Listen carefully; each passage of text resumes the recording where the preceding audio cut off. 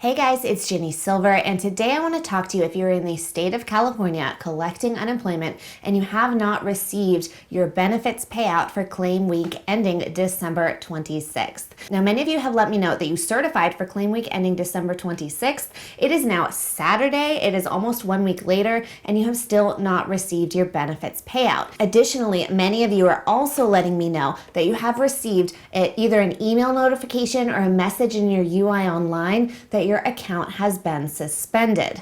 So in my research, of course, I found nothing on the EDD website. The EDD was not helpful with this. People who are calling in are also getting mixed responses, but I dug a little deeper. I dug into the new stimulus bill, and in addition to that, where I found more information was with the Department of Labor. So I think I know what's going on here, you guys, and I'm gonna try my best to piece together what seems to be going on. So first, I'm gonna start with the notification that people are receiving in their UI online.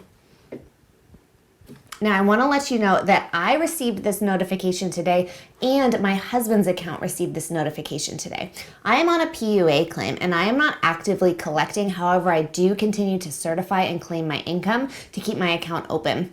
So I received this notification and my husband received this notification. He is on traditional unemployment and he is collecting. So he also received this notification today as well. Now the letter is titled Suspension of Claim. It states you have been receiving unemployment benefits, but we have temporarily suspended your claim because it may be tied to fraudulent activity.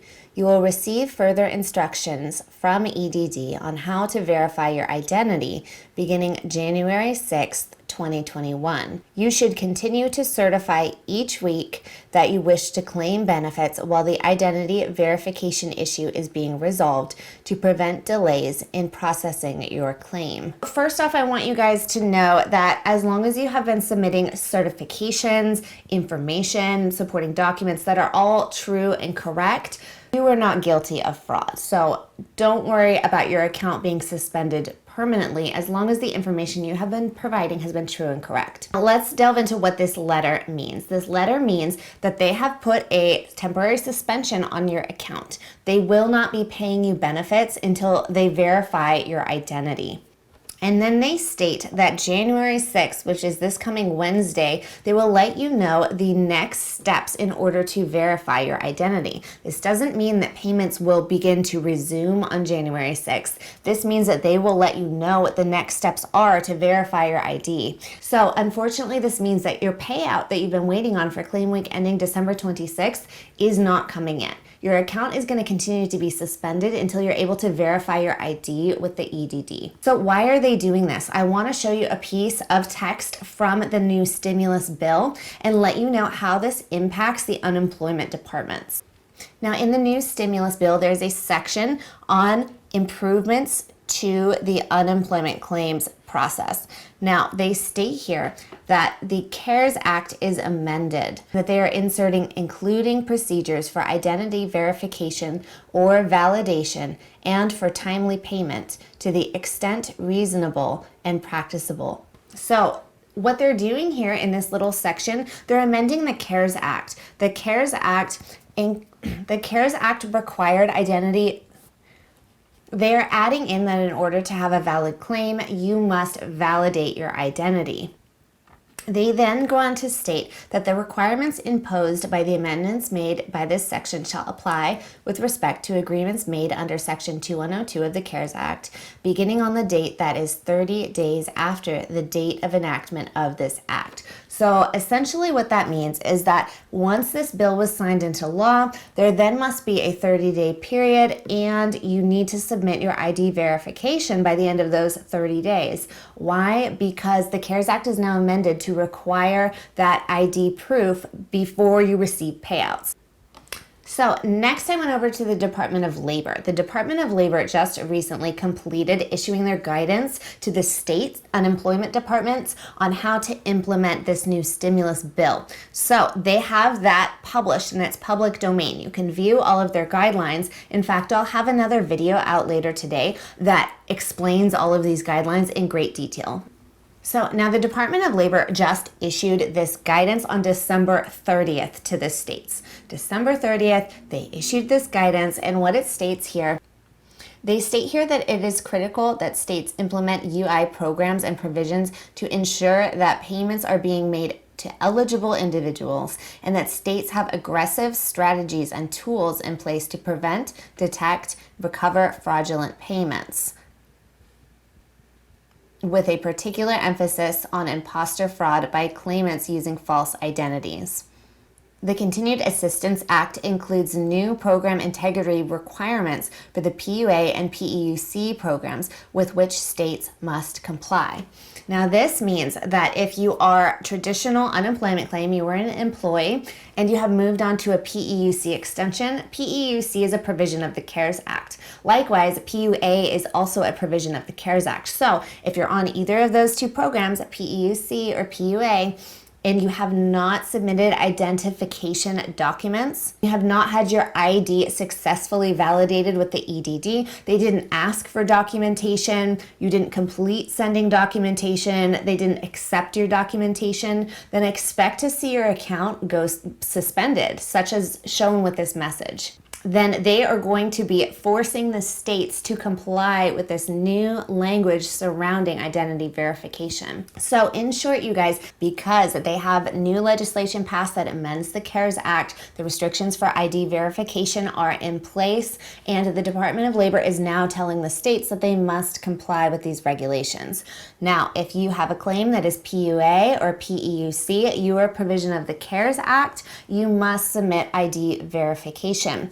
So if the EDD did not ask you for this upfront or somewhere along the process, or you didn't do it successfully, or the EDD didn't process it successfully, you are going to have most likely your claim put on suspension until it is resolved. So what do we do next? Well, they state in this letter to wait until January 6th to receive instructions on how to comply with your ID verification. So number one is that you wait until January 6th. The EDD will follow up and let you know what to do. That might not work for many of you because many of you require your benefits in order to put food on the table for your kids and pay your rent. So if you want to try to expedite the process, I would recommend that you call into the EDD. So the EDD call centers are closed for the holiday, but tomorrow on Sunday you can call in because the call centers are normally open 7 days a week. So they will resume being open tomorrow on the 2nd, and the call center is open from 8 a.m. to 8 p.m. The phone number is 1-800-300-5616. Now, I always recommend calling after 6 p.m. in the evening, between the hours of 6 p.m. to 8 p.m., because that has been very consistent with being what seems to be the fastest time to get through the phone lines. Many people try to call first thing in the morning when the phone's open, and many people have that same idea. But if you wait until the end of the day when they are almost closing from 6 p.m. to 8 p.m., there seems to be a slightly less volume of callers trying to get through. Now, when you call into the EDD call center, I want you to keep in mind that the representatives that are helping you on the phone, many of them are very poorly trained.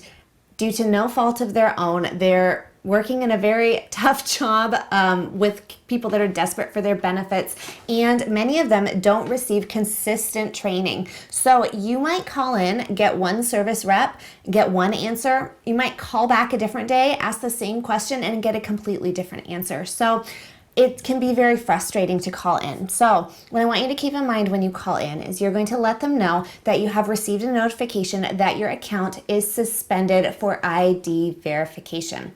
Ask them to send the ID verification button to your UI online homepage. They have a tool within their system that can send the ID verification to your UI online. That will enable you to go online, upload your documents, and comply with what they need as quickly as possible. So ask them to do that over the phone right then and there to send the ID verification to your UI online. If you're not able to get someone to do that for you, then I would recommend, unfortunately, hanging up and calling back again and trying again and getting another customer service rep and asking them the same question. Now, some of my subscribers are reporting that they have called into customer service, and customer service is telling them that this is a computer glitch that was sent out to a vast number of claimants when it shouldn't have been.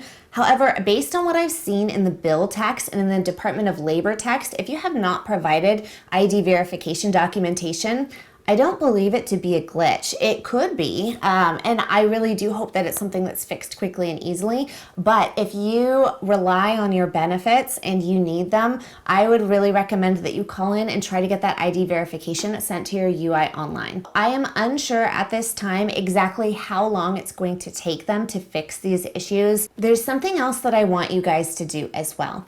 In addition to calling in to customer service, I want you guys to also reach out to your state representatives and local news stations. I have a video that I'm going to link in the video description down below, which links you to a tool to locate all of the representatives that you can contact specific to your district and your area. In addition to that, I also have several templates pre-written out for you where you can copy the text, paste the text in an email, in a letter.